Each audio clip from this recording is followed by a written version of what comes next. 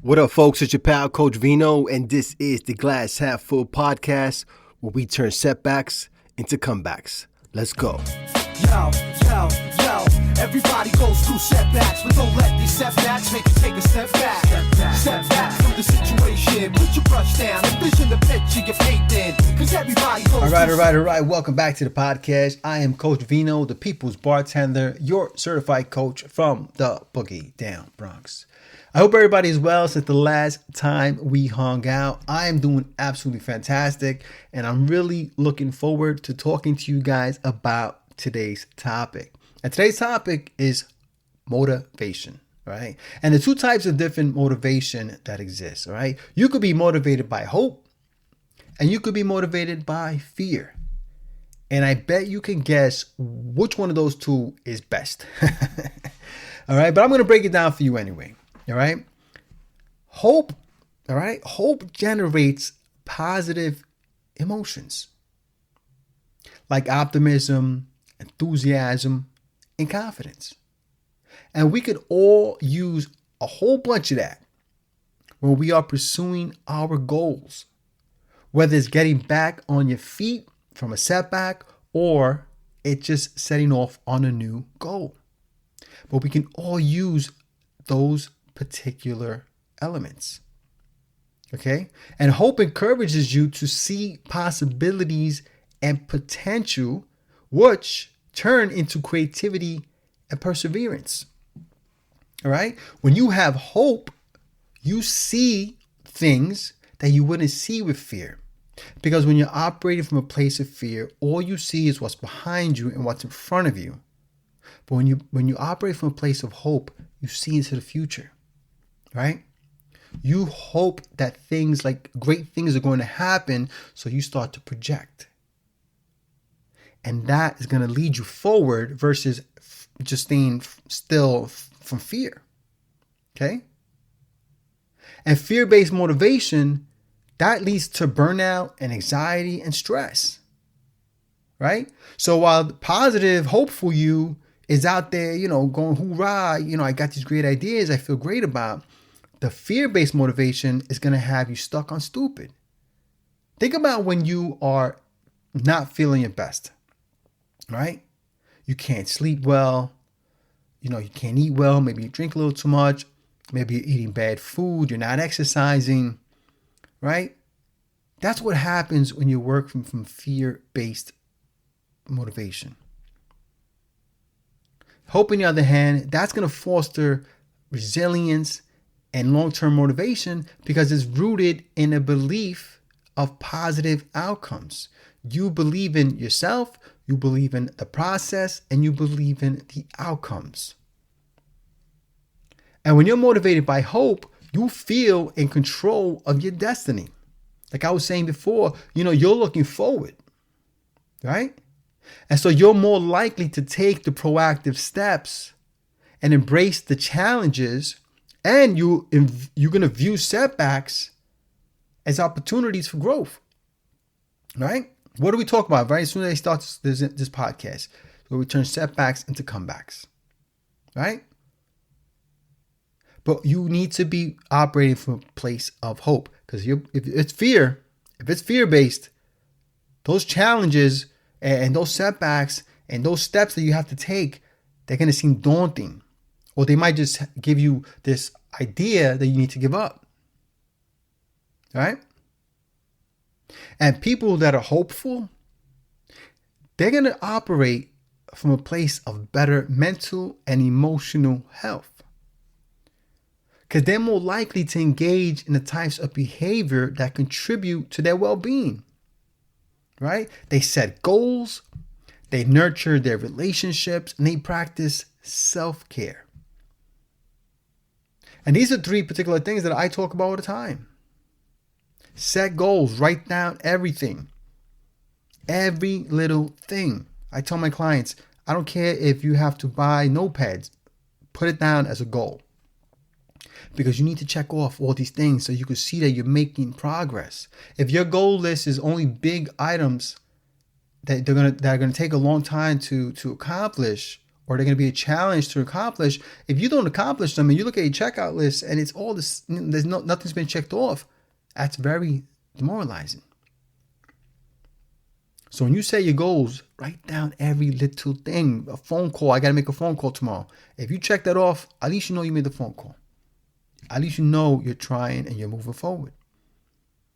And in terms of nurturing your relationships, hey, family, friends, associates, business associates, whomever. Stay close, stay connected, and make sure that they're healthy. No toxic relationships. We don't want none of that. And practicing self-care, I mean, I cannot be a bigger proponent of that. I'm talking about exercise, eating well, reading, learning, meditation, take little day trips, take yourself out for dinner, go to a movie by yourself. Do things for yourself. I can't stress that enough. Okay? And if you're someone that's hopeful, you're going to operate from that place. You're going to feel good about yourself and you're going to feel good about the outcomes.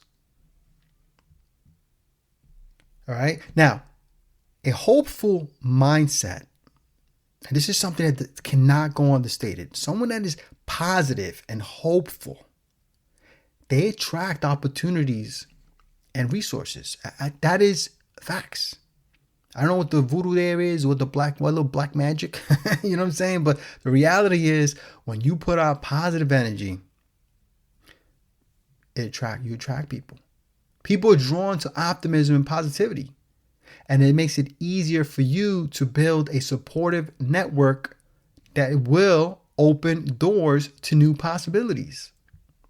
And if you're someone who's operating from fear, you're not going to want to socialize. Maybe you're not going to take risks. You're not going to talk to certain people or go to certain places. And people are not going to be attracted to that. There's enough negative shit in the world. No one wants to bring someone into their circle that's not going to provide positive energy.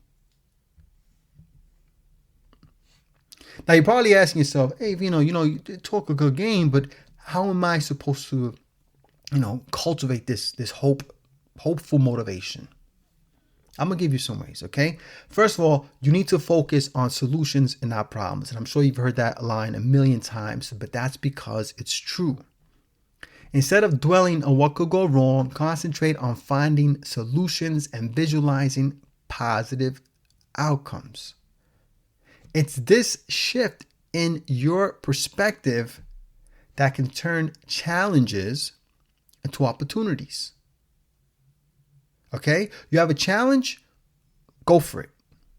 Because that opportunity is there for you to be better at something, to learn more, to show yourself you can do it. And if you can't accomplish it, at least you learned a lesson. All right? So focus on solutions, not problems. And you should set some inspirational goals. All right? Aligning your goals with your passions and your values, that's a big deal. When your aspirations resonate with your deeper desires, then that will naturally inspire hope and excitement. Okay?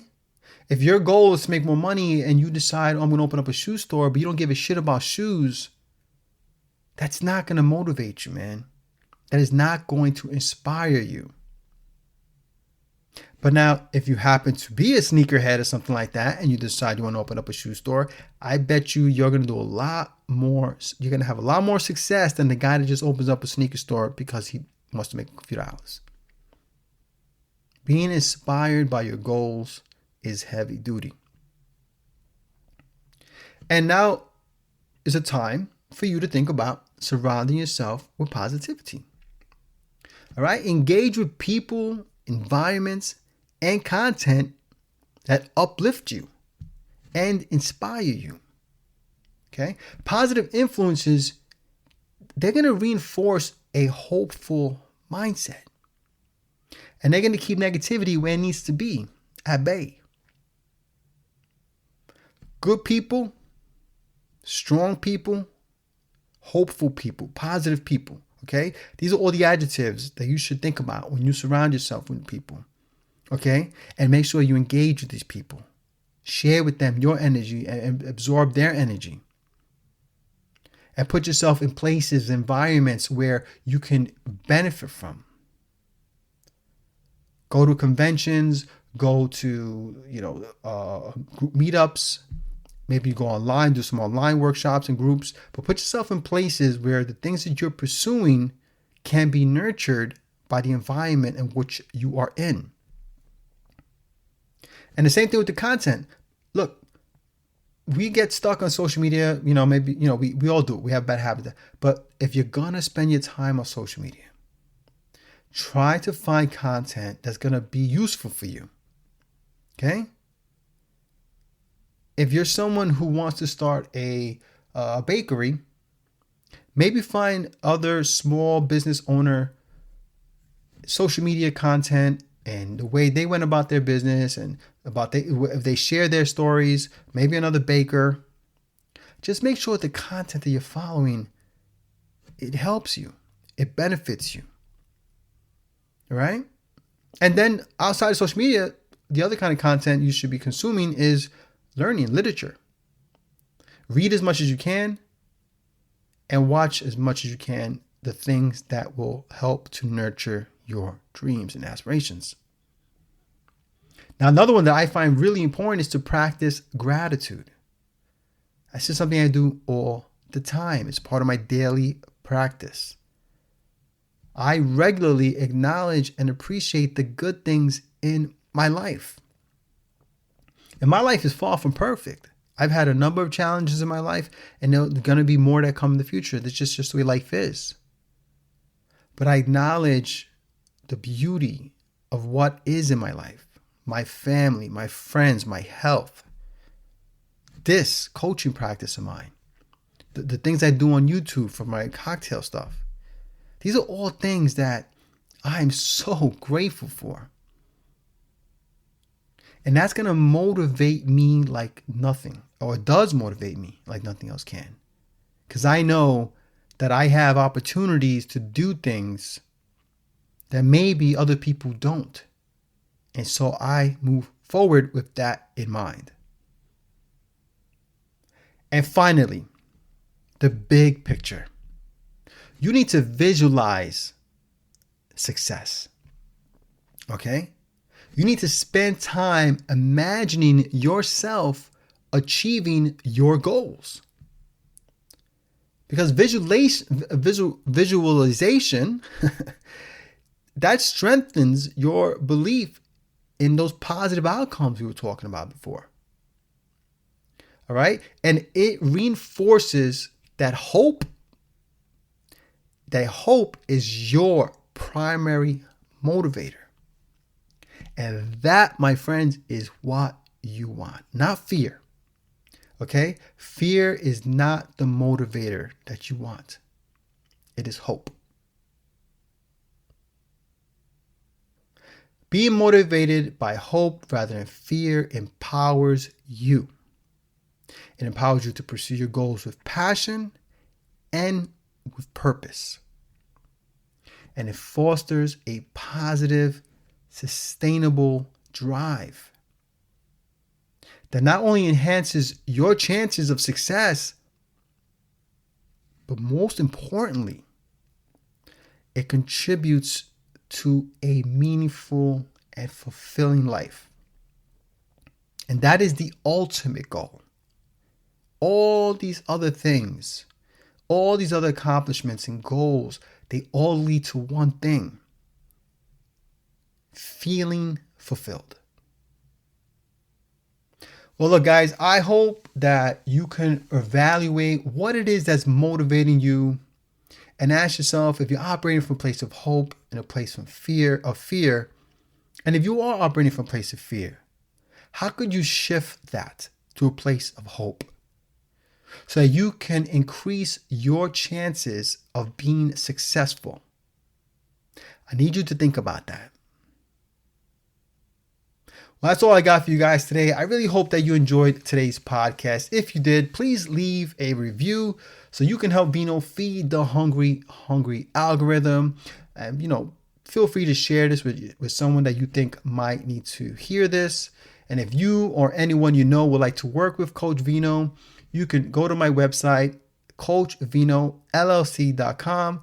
Or if you just want to hang out with me on social media where I share my love for motivation and libations, I can be found anywhere at Coach Vino LLC. And remember, folks, if nobody else tells you, Coach Vino appreciates you. Cheers. I find it hard to reveal these thoughts and express what I'm feeling in a hip-hop form. But I was born to succeed, so as long as I breathe, ain't nobody on this earth gonna crush my dreams. Yo, this might be the end of the verse, but this is just the start of a new beginning. Word.